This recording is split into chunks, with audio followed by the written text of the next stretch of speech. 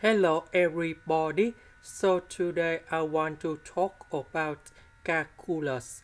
The topic today is about limit. So now I want to show you how to answer. This one we can change by 1 over s.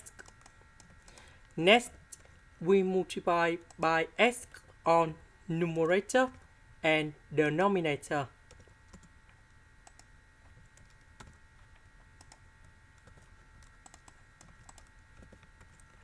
So this one we have 1 minus s.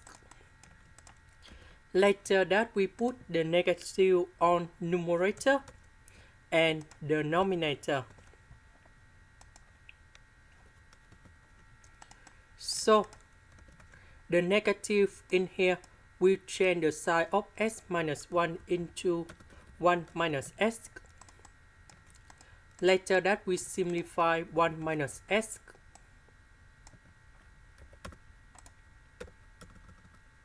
And now I will put number 1 in here. And that is about negative number 1. This is the end. Thank you for watching.